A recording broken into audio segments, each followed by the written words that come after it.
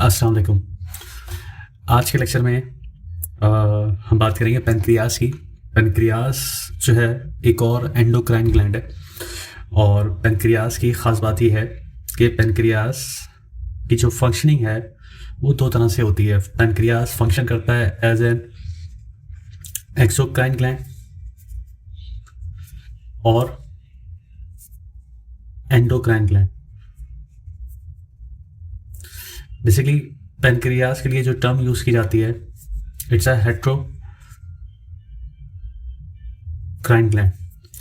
इसका मतलब वो ग्लैंड जिसके अंदर दो तरह की फंक्शनिंग हो। अब ये जो दो तरह की फंक्शनिंग है ये हमारे पास कौन कौन सी है? ये एक है एक्सोक्राइन फंक्शनिंग और एक है एंडोक्राइन फंक्शनिंग। मतलब पेनक्रियास आपका हेट्रोक्राइन ग्लैंड है। इसका मतलब ये है कि ये वर्क कर सकता है एज अ एंडोक्राइन और एक्सोक्राइन। अगर हम पेनक्रियास को ज़रा देखें तो पेनक्रियास का कोई 1 से 2% जो पार्ट है, कितना 1 से 2% ये वर्क करता है as endocrine gland.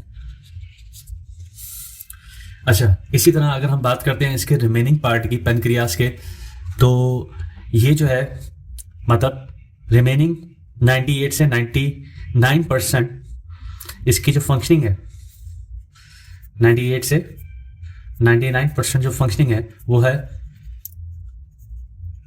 As exocrine gland. तो हमारे पास जो पेनक्रियास है वो बेसिकली जो है वो हेट्रोक्राइन ग्लैंड है और पेनक्रियास एक्सोक्राइन फंक्शनिंग भी करता है और एंडोक्राइन फंक्शनिंग भी करता है। अगर हम इसकी एक्सोक्राइन फंक्शनिंग की बात करें सबसे पहले, तो इसके अंदर कुछ स्पेशल टाइप के सेल्स जो है वो प्रेजेंट होते हैं जिन्हें एसिनार सेल्स कहा जाता है। ये एसिनार सेल्स जो हैं ये रिलीज करते हैं डाइजेस्टिव एंजाइम्स को। ये किसको रिलीज करते हैं? डाइजेस्टिव एंजाइम्स को रिलीज करते हैं और ये एंजाइम्स बेसिकली हेल्प करते हैं किसके अंदर? डाइजेशन में।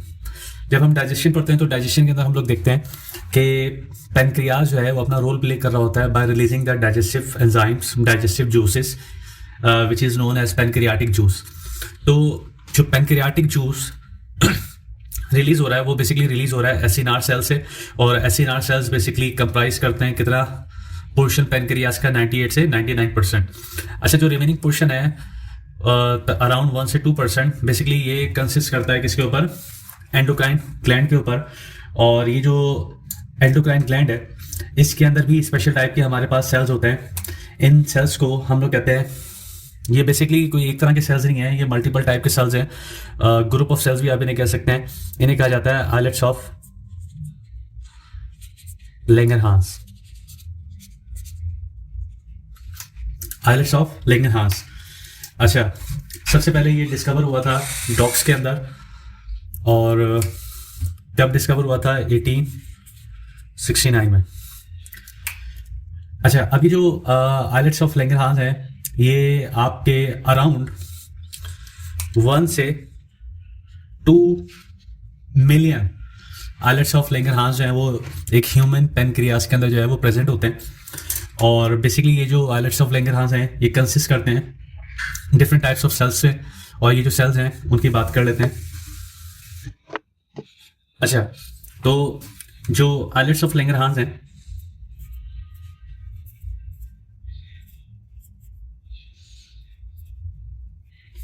ये बेसिकली कंसिस्ट करते हैं डिफरेंट टाइप ऑफ सेल्स पे। इनमें हमारे पास एक टाइप है जिसे कहा जाता है अल्फा सेल्स। अच्छा, एक है हमारे पास बीटा सेल्स, एक है हमारे पास डेल्टा सेल्स और एक है हमारे पास एफ सेल्स। अगर हम अल्फा सेल्स की बात करते हैं तो अल्फा सेल्स जो हैं वो रिलीज करते हैं ग्लूकागॉन को। बीटा सेल्स हैं वो रिलीज करते हैं इंसुलिन को और अगर डेल्टा सेल की बात की जाए तो ये रिलीज करते हैं सोमैटोस्टैटिन। और अगर आप एफ सेल्स की बात करते हैं तो ये रिलीज करते हैं पेनक्रियाटिक पॉलीपेप्टाइड।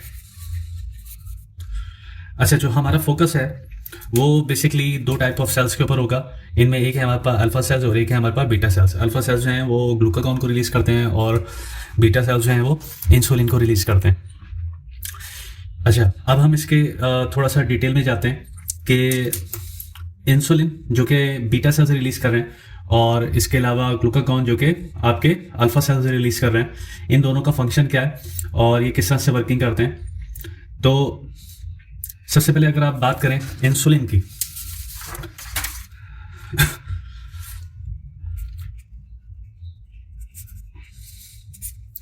इंसुलिन बेसिकली जो है वो एक पॉलीपेप्टाइड है, लार्ज पॉलीपेप्टाइड,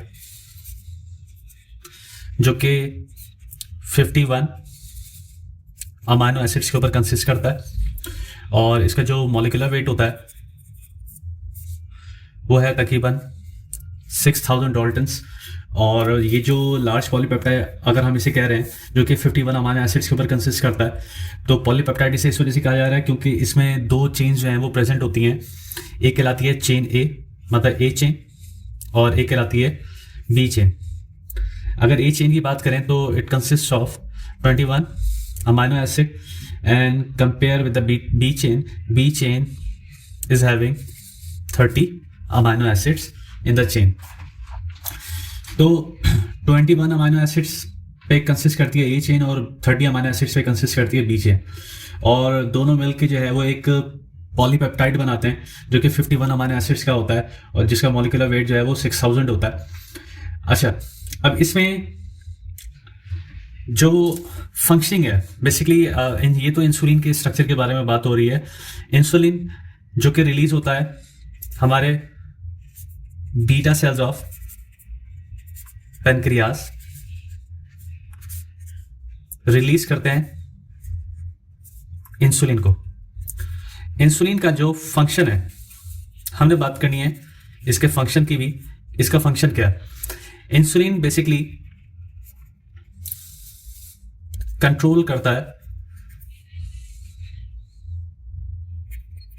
शुगर लेवल्स को। शुगर लेवल्स का मतलब ग्लूकोज लेवल्स।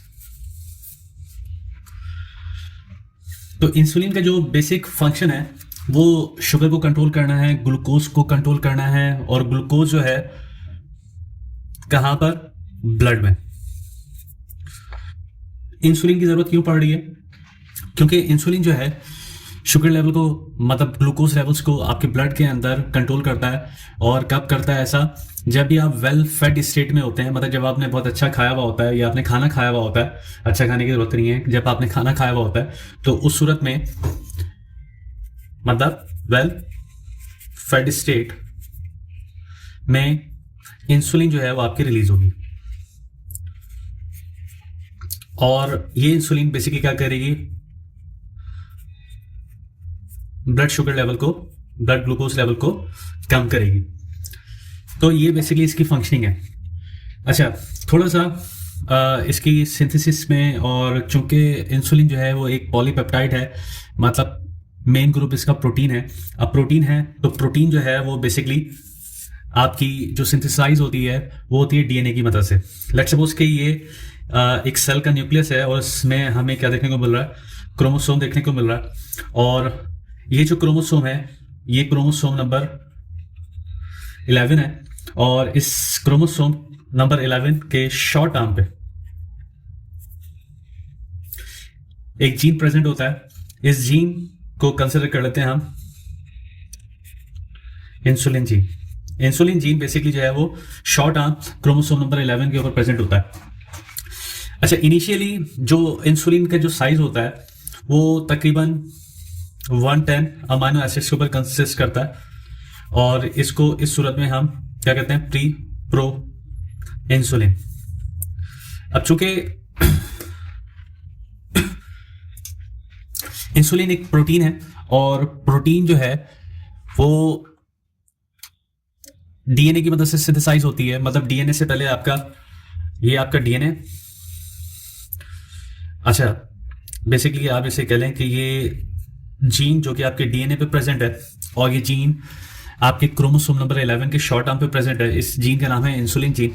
ये जीन जब एक्सप्रेस होगी तो ये कन्वर्ट होगी mRNA में, और ये mRNA आपका कन्वर्ट होगा प्रोटीन में। ये प्रोटीन बेसिकली आपकी क्या है, ये है आपकी इंसुलिन।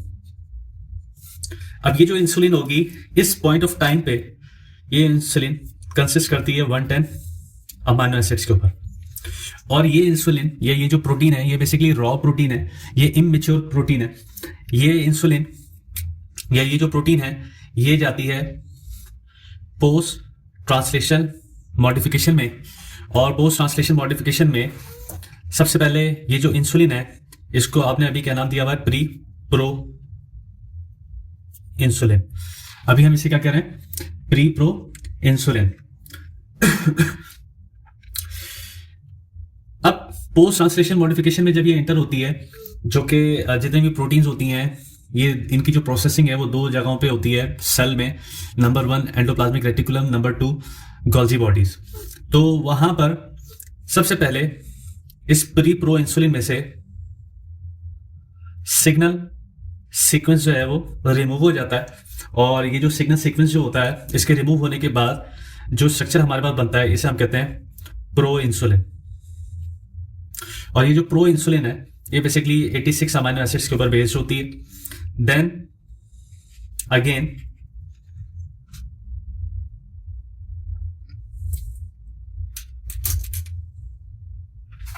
ये जो प्रो इंसुलिन है जो कि 86 अमाइनो एसिड्स के ऊपर कंसिस्ट कर रही है, इसमें से एक और सीक्वेंस जिसे हम लोग सी पेप्टाइड कहते हैं,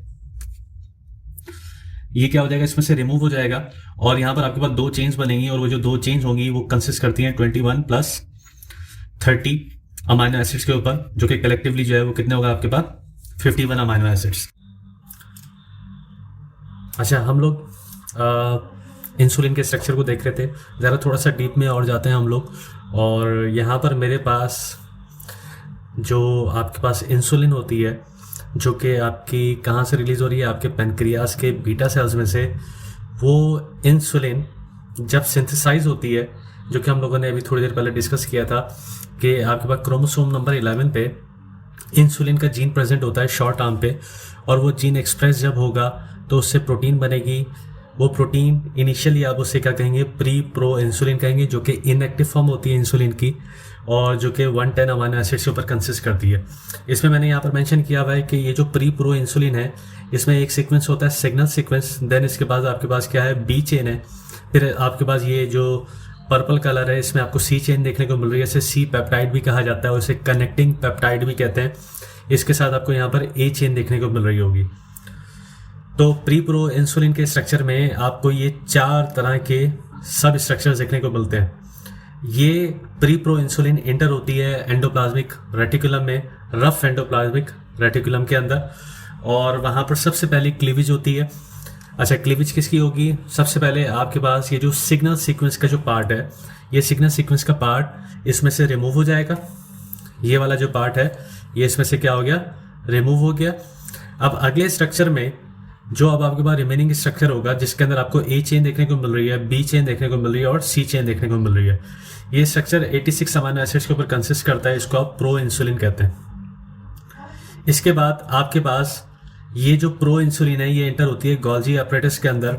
और अच्छा, गोल्जी एपरेटस में एंटर होने से पहले इसमें एक और काम भी होता है, और वो काम ये होता है, मतलब आप इसे मॉडिफिकेशन कहेंगे। बेसिकली ये जो पूरा प्रोसेस है ये पोस्ट ट्रांसलेशन मॉडिफिकेशन का प्रोसेस कहलाता है। इसमें सबसे पहले सिग्नल सीक्वेंस का रिमूवल हुआ है, जो कि रफ एंडोप्लाज्मिक रेटिकुलम में हुआ है, और साथ साथ यहाँ पर डाइसल्फाइड बॉन्ड देखने को आपको मिल रहे हैं, और ये दो हैं, ये एक ये बॉन्ड देखने को मिल रहा है और एक ये बॉन्ड है। अच्छा, ये जो दो बॉन्ड्स हैं डाइसल्फाइड बॉन्ड्स, ये आपको चेन ए और बी के दरमियान देखने को मिल रहा है। ये भी कहाँ पर हो रहा है, ये भी रफ एंडोप्लाज्मिक रेटिकुलम में हो रहा है। अच्छा, अब ये जो स्ट्रक्चर है ये प्रो इंसुलिन का है। ये प्रो इंसुलिन एंटर होगी गोल्जी एपरेटस के अंदर, और गोल्जी एपरेटस के अंदर क्या होगा कि ये जो सी पेप्टाइड है ये क्या हो गया, गोल्जी एपरेटस के अंदर इसका रिमूवल हो गया। अब आपके पास क्या बचा, चेन ए और बी। अब ए और बी के दरमियान ऑलरेडी 2 सल्फाइड ब्रिजेस या सल्फाइड लिंकेजेस हमें देखने को मिल रही थी, लेकिन हम क्या देखेंगे कि गोल्जी एपरेटस के अंदर हमारे पास एक और मॉडिफिकेशन हम यहाँ पर देखेंगे कि सी पेप्टाइड का रिमूवल तो हो रहा है, लेकिन साथ साथ ए पेप्टाइड के जो ए चेन है उसमें भी आपको एक सल्फर ब्रिज देखने को मिल रहा है या सल्फर लिंकेज देखने को मिल रही है। अब ये जो फाइनल स्ट्रक्चर है ये आपका कहलाता है इंसुलिन। अच्छा, ये जो इंसुलिन है ये क्या होगा, ये आपका एक्टिव फॉर्म है।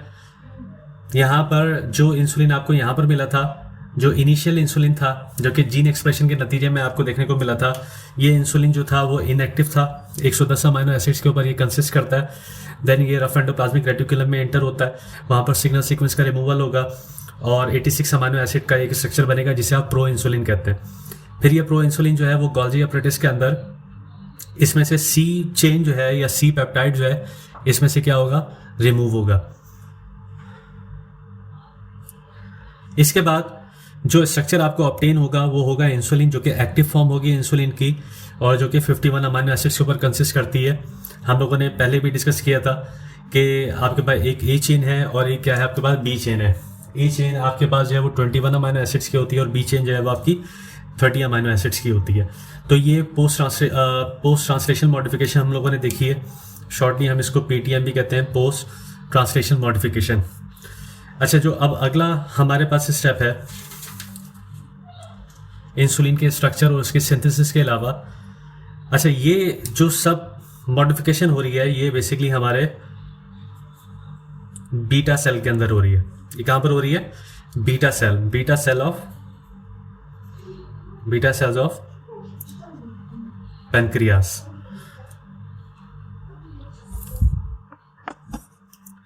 अच्छा, अब हम जो अगला स्टेप है वो है हमारे पास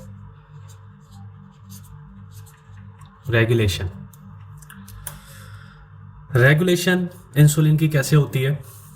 इंसुलिन बेसिकली आपका एक हार्मोन है और ये हार्मोन नॉर्मल केस में कब प्रोड्यूस होगा और कब प्रोड्यूस नहीं होगा, मतलब कब इसके लेवल ज़्यादा होंगे और कब इसके लेवल ज़्यादा नहीं होंगे, बेसिकली ये जो डिसाइड होता है वो कैसे होता है कि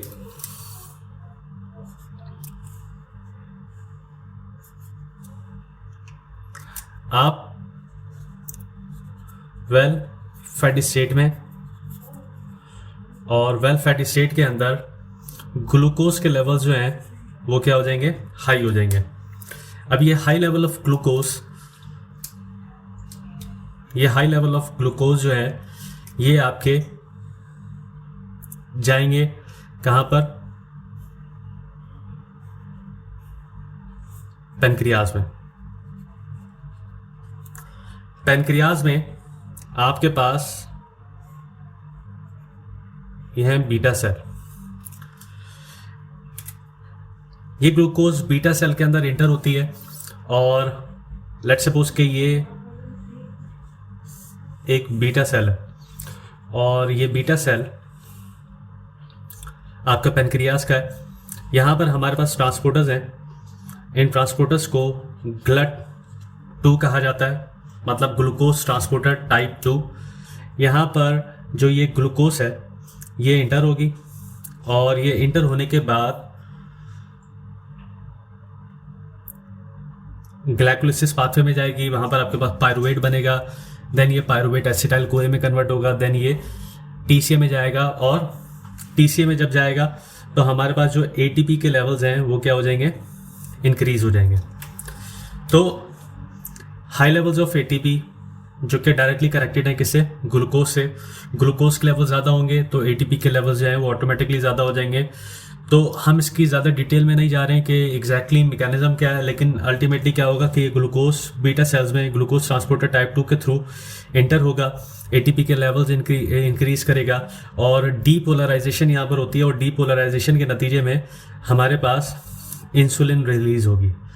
अच्छा, ये इंसुलिन जो है वो वेजिकल्स के अंदर स्टोर होती है, जिंक के साथ होती है, वेजिकल्स में ये जिंक के साथ स्टोर होती है और ये इंसुलिन आपके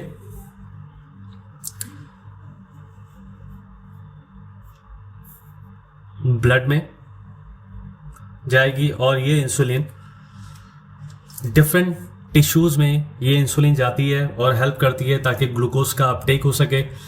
इंसुलिन चूंकि एक हार्मोन है ये डायरेक्टली सेल मेम्ब्रेन को क्रॉस नहीं कर सकता, तो वहाँ पर इंसुलिन के रिसेप्टर्स होते हैं जिन्हें IRS कहा जाता है।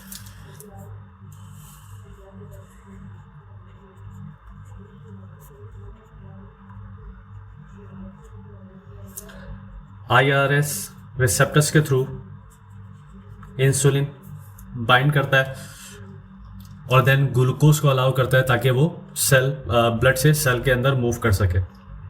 तो ये एक ब्रीफ सी रेगुलेशन है, हम लोग इसके डिटेल में नहीं जाएंगे। यहाँ पर हो क्या रहा है, वेल फैटी स्टेट के अंदर ग्लूकोज के लेवल्स जो हैं वो ज़्यादा हो रहे हैं और हाई लेवल्स ऑफ ग्लूकोज जो है वो क्या कर रहे हैं, पेनक्रियाज में बीटा सेल्स के अंदर ये ग्लूकोज मूव करती है थ्रू ग्लूकोज ट्रांसपोर्टर 2 और देन ये ग्लूकोज ट्रांसपोर्टर 2 के थ्रू इंटर हो गई है। वहाँ पर ग्लूकोज जो है वो क्या करेगा, ग्लाइकोलिसिस के बाद TCA, देन ATP के लेवल्स बढ़ेंगे, देन अल्टीमेटली आपका हाई लेवल ऑफ ATPs और दूसरे पैरामीटर्स भी हमारे पास यहाँ पर है। कुछ अमाइनो एसिड्स भी होते हैं जो कि अल्टीमेटली हेल्प करते हैं इंसुलिन को रिलीज़ करवाने के अंदर। ये इंसुलिन जो है वो आपके ब्लड में जाएगी, डिफरेंट टिश्यूज़ में जाएगी, IRS रिसेप्टर्स के थ्रू ये इंसुलिन बाइंड करेगी, देन अलाउ करेगी ताकि ग्लूकोज जो है वो सेल के अंदर जा सके। और अल्टीमेटली इसका जो रिस्पॉन्स है वो हमें क्या देखने को मिलेगा कि हमारे पास जो ब्लड ग्लूकोज लेवल है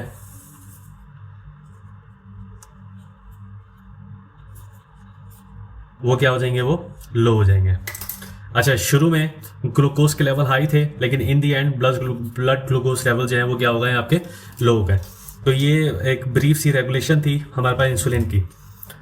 अच्छा, अब हमारे पास जो अगला पार्ट है उस अगले पार्ट के अंदर हम लोगों ने पैथोफिजियोलॉजी देखना है, मतलब पेनक्रियाज से रिलेटेड कौन कौन सी डिजीज़ हैं जिनको हम लोगों ने कवर करना है। लेकिन उसको कवर करने से पहले हम थोड़ा सा डिस्कस करेंगे ग्लूकागॉन को, जो कि एक और हार्मोन है जो कि आपका पेनक्रियाज रिलीज़ करता है। हम लोगों ने शुरू में डिस्कस किया था कि पेनक्रियाज जो है वो 4 तरह के सेल्स पे कंसिस्ट करता है। इसमें हम लोगों ने ये डिस्कस किया था, पेनक्रियाज चूँकि एक हेट्रोक्राइन ग्लैंड है, 98 से 99% जो है ये एक्सोक्राइन फंक्शनिंग करता है और 1 से 2% ये एंडोक्राइन फंक्शनिंग करता है। अब ये जो 1 से 2% एंडोक्राइन फंक्शनिंग है ये बेस करती है आइलेट्स ऑफ लैंगरहांस। ये स्पेशलाइज सेल्स हैं आपके। ये सेल्स जो हैं वो मल्टीपल टाइप के होते हैं जिनमें अल्फा सेल्स हैं, बीटा सेल्स हैं, डेल्टा सेल्स हैं और एफ सेल्स हैं। जहाँ पर अल्फा सेल्स जो हैं वो बेसिकली आपके ग्लूकागॉन रिलीज़ करते हैं, बीटा सेल्स जो हैं वो आपके इंसुलिन रिलीज़ करते हैं, डेल्टा सेल्स जो हैं वो आपके सोमैटोस्टैटिन रिलीज़ करते हैं और एफ सेल्स जो हैं वो रिलीज़ करते हैं आपके सी पेप्टाइड। तो हमने बीटा सेल्स जो हैं उनको देख लिया। बीटा सेल्स जो हैं वो क्या रिलीज़ कर रहे हैं, इंसुलिन रिलीज़ कर रहे हैं और इंसुलिन का जो काम है वो ब्लड ग्लूकोज लेवल को लो करना है। इसके पैरेलल आपके पास ग्लूकागॉन है जो कि अल्फा सेल्स रिलीज़ कर रहे हैं और इनका काम जो है वो ग्लूकोज के लेवल को इंक्रीज़ करना है। तो अगली जो वीडियो होगी उसमें हम लोग ग्लूकागॉन को जो है वो डिस्कस करेंगे। ठीक है, थैंक यू सो मच।